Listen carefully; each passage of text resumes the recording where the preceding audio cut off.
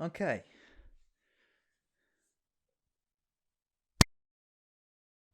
So hello. Context of this video. Why the Sixth Doctor done so well at Big Finish has since become a rather popular video on my channel. Which, if you haven't seen it, please do. So for this video, I have decided to record a little overview of the last adventure brought to you by Big Finish Productions, as I've now listened to it a year later. I've made a few notes. This video will contain spoilers for The Last Adventure by Big Finish Productions. So this whole story is split into 4 stories that focus on the Valeyard and his plans to destroy the Doctor in chronological order. I think this is a rather inventive way into the plot, as we get to see the Doctor go on different adventures across his timeline. And maybe some variety, I want to say, some variety of Sixth Doctor. We travel with 4 different companions, so we get a different flavour of each era that he goes through, and I think that's brilliant. Of course, in this format as well, it does mainly focus on the Doctor, but that'd be why it's called Doctor Who. I like the fact we're thrown into this release with a potentially standalone story that focuses on the Master as the main antagonist. But then again, there are some nice links to the stories further on, so it's sort of a happy medium, I want to say. The Master is a nice addition, especially as he's been betrayed by the character Keith Potter, who is in fact a train spotter. Keith Potter, the train spotter, comes across as a bit of an expendable character, which makes a reveal at the end when it does turn out to be the Master completely unexpected. It is also revealed that Keith is an avatar of the Master, therefore they're able to get away with using Anthony Ainley's Master, and that to me is very, very special. I didn't actually realise that this was Constance's first outing. You know, when I was originally writing notes actually for this, I sort of put it was going to be a great jumping on point, because I've never heard Constance before, not before this release anyway. But then going back and listening to the behind the scenes, I didn't actually realise that this is the first time that audience heard Constance as well. I've got to say, I warmed to her very quickly. The second 2 full stories are the main focus on the Valeyard, and it's really where the story sort of gets going. We sort of get a background with the Doctor, and then obviously fighting the Master. But this is where the story sort of really starts to progress. I like the gradual unfolding of the Valeyard's plan across the multiple stories to destroy the Doctor. And in effect, it does basically work. So the fact we get to see from start to finish his plans that do pay off.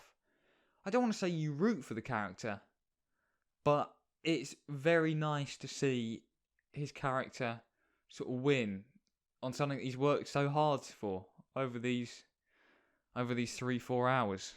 It does, of course, connect all 4 stories together, which is also very nice. So the second story, The Red House, is a very nice Doctor and Charlie story. I have listened to Charlie and the Sixth Doctor before. Obviously, Charlie did travel with the 8th Doctor. This one's all about zoologists using psychic extraction processes on proto-humans that have transformed into wolves, which then does become very instrumental to the Valeyard's plans later on, as he does end up nicking this machine, stealing this machine. It's a very interesting concept as well, because the werewolf idea obviously has been done in Doctor Who and various other medias before. But I don't think I've actually heard it in reverse, like in this one. So werewolves that are wolves that become proto-humans, and those proto-humans are the monsters that their society is afraid of. I think that's a very interesting idea. It also acts as a great sort of focus for the Doctor. Obviously, as Charlie goes off with the Valeyard, and the Valeyard sort of manipulates her into his sort of version of events. He uses the Doctor's friends to get what he wants. But then I guess the Valeyard, of course, is a darker alternative to the Doctor. So it does make me think, is there a level of trust that the companions have towards the Valeyard? As he is, of course, the same person as the Doctor. The third story is a great run around with Jaguar and Lightfoot. Probably one of the easiest to visualise, I want to say, for the audience, as of course Jaguar and Lightfoot appeared in The Talons of Wayne Chiang. a very popular Doctor Who story featuring Tom Baker and Louise Jameson. This is also a great nod to the Jaguar and Lightfoot series that Big Finish Productions have done. I, however, have not listened to it, so I can't really comment.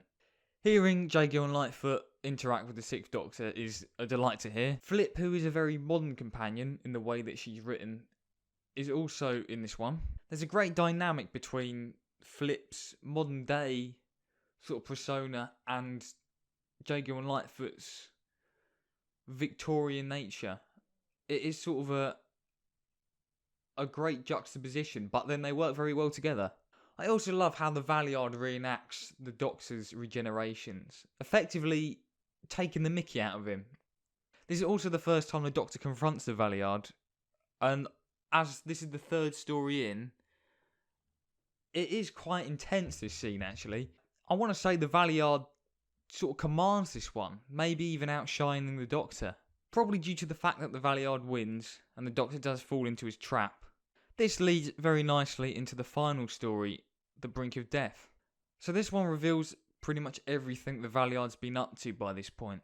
And this story is quite unique in a way that from the off, the Valiard succeeds. He basically takes over the Doctor's life. So arguably the Doctor is at his most vulnerable in this story. And I think that makes it one of the most defining moments in Colin Baker's Doctor. Definitely one of his strongest performances I've heard from Big Finish. And of course the TV series. And it is rather fitting for a regeneration story. To be honest with you, I don't think this release could have ended better. We get a very nice moment between the 6th and 7th Doctor at the end of this story. A very nice, intimate, only those two. And it's very, very powerful scene. It is a very powerful scene.